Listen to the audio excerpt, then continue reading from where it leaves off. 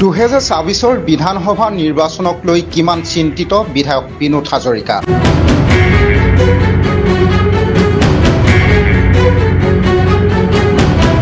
চাবুৱা লাহোৱাল সমষ্টিত 18খন পঞ্চায়তৰ ভিতৰত 16খন পঞ্চায়তত বিজেপি সমৰ্থিত প্ৰাৰ্থীক জয় কৰোৱাই কি ক'লে বিনোদ হাজৰিকাই।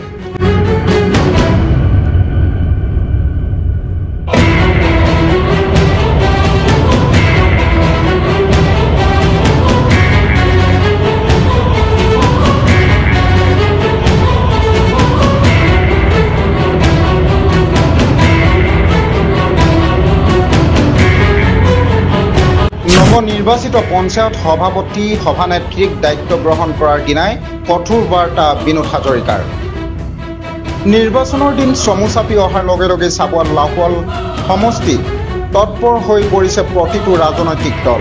বিশেষকৈ শাসকীয় বিজেপিৰ বিধায়ক বিনোদ হাজৰিকাৰ নেতৃত্বত নৱগঠিত সমষ্টিটোত পঞ্চায়ত নিৰ্বাচনত বিজেপিৰ সমৰ্থিত প্ৰাৰ্থীক 16টা পঞ্চায়তত জয়লাভ কৰাবলৈ সক্ষম হৈছিল।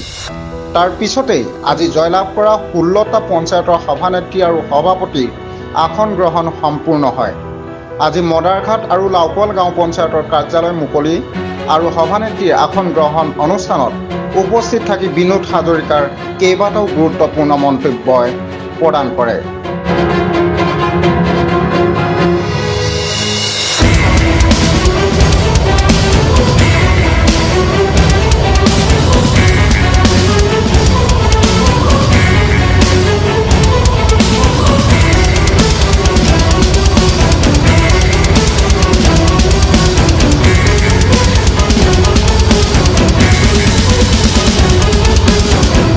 মহাত্মা গান্ধীৰ যি পঞ্চায়তীৰাজ, এই পঞ্চায়তীৰাজ বাস্তৱায়িত কৰিবলৈ হ'লে আমি ৱাৰ্ড সদস্যসকলে নিষ্ঠা আৰু সততাই যিখিনি কাম কৰিব লাগে, মই প্ৰতিখন পঞ্চায়তলৈ গ'লোঁ। যিহেতু ভাৰতীয় জনতা পাৰ্টীৰ সমৰ্থিত বুলি কথা নহয়, এবাৰ ইণ্ডিপেণ্ডেণ্টভাৱে খেলিছিলে, তথাপি আমাৰ কাৰ্যকৰ্তাসকলে নিৰ্বাচনত অৱতীৰ্ণ হৈছিলে আৰু অধিক সংখ্যক আসনত আমাৰ ভাৰতীয় জনতা পাৰ্টীৰ কাৰ্যকৰ্তাসকলে জয়লাভ কৰিলে। আৰু ঠিক এইধৰণে আমাৰ 18খন গাঁও পঞ্চায়ত আছিল। 18খন গাঁও পঞ্চায়তৰ 17খনতে একক সংখ্যাগৰিষ্ঠতাৰে আমাৰ কাৰ্যকৰ্তাসকল সভানেত্ৰী, কোনোবা সভাপতি হ'ল, কোনোবা কাউন্সিলৰ হ'ল, কোনোবা উপসভাপতি উপসভানেত্ৰী হ'ল। আৰু এইধৰণে মই প্ৰতিটো পঞ্চায়তলৈ গৈ পেলাই তেওঁলোকে যেতিয়া ৰাইজক সাক্ষী কৰি তেওঁলোকক আসনত অধিষ্ঠিত আমি কৰাইছোঁ আৰু যাতে নিষ্ঠা সততাৰে অহা 5টা বছৰ যাতে ৱাৰ্ড মেম্বাৰসকলে কি ধৰণে কাম কৰিলে তেওঁলোকে এজন সফল ৱাৰ্ড সদস্য হ'ব পাৰে, এইখিনিৰ ওপৰত আমি কিছু আভাস দাঙি ধৰোঁ। আৰু গণ্যমান্য ব্যক্তিসকল থাকে, পঞ্চায়তৰ সচিব, GRS, GPC সকল থাকে, বিভিন্ন ধৰণৰ সমাজৰ লগত জড়িত হৈ থকা ব্যক্তিসকলক লগত সাক্ষী কৰি তেওঁলোকক আমি আসনত অধিষ্ঠিত কৰাবলৈ আজি অন্তিমখন পঞ্চায়তত আজি আমি উপনীত হ'লোঁ। আজি মদাৰঘাটত শেষ দিন আৰু মই আশা ৰাখিছোঁ গোটেইকেইখন পঞ্চায়ত এইবাৰ নিৰ্বাচনটো অকণ সুকীয়া হ'ব। ৰাইজে বহুত আশা কৰিছে, নিষ্ঠা আৰু সততাৰে কাম কৰিবই লাগিব। কাৰণ এইবাৰ যিহেতু প্ৰতীক চিহ্ন নাই হোৱা, আমি সকলোৱে জানো যে হাতী হওক, হাত হওক, পদুম ফুল হওক বা বিভিন্ন ৰাজনৈতিক দলৰ চিম্বলিক এইবাৰ নিৰ্বাচনটো হোৱা নাই।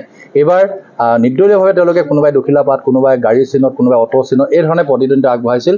তেওঁলোকৰ নিজৰ দক্ষতাও আছে। এইবাৰ নিজৰ দক্ষতা থকাৰ কাৰণে সমাজখনৰ লগত কিবা এটা তেওঁলোকে বিলীন হৈ থকাৰ কাৰণে তেওঁলোকক নিৰ্বাচিত কৰিছে। সেইকাৰণে ময়ো আশা ৰাখিছোঁ তেওঁলোকে নিষ্ঠা আৰু সততাৰে যাতে নিজৰ যি পঞ্চায়তখন যাতে নিজৰ ৱাৰ্ডটো যাতে তেওঁলোকে সফলভাৱে তেওঁলোকে মূল্যাংকন কৰি যাতে আগন্তুক দিনত কাম কৰি যাবৰ কাৰণে তেওঁলোকক মই শুভেচ্ছা দিবৰ কাৰণে প্ৰতিখন পঞ্চায়তলৈ আহিলোঁ।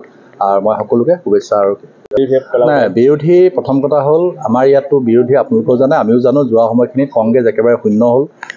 গোটেই সমষ্টিটো চাগে ক'ৰবাত এটা বা দুটা ৱাৰ্ডে জিকিছে, য'ত 180টা ৱাৰ্ড গঠিত চাবুৱা লাহোৱাল বিধানসভা সমষ্টিত।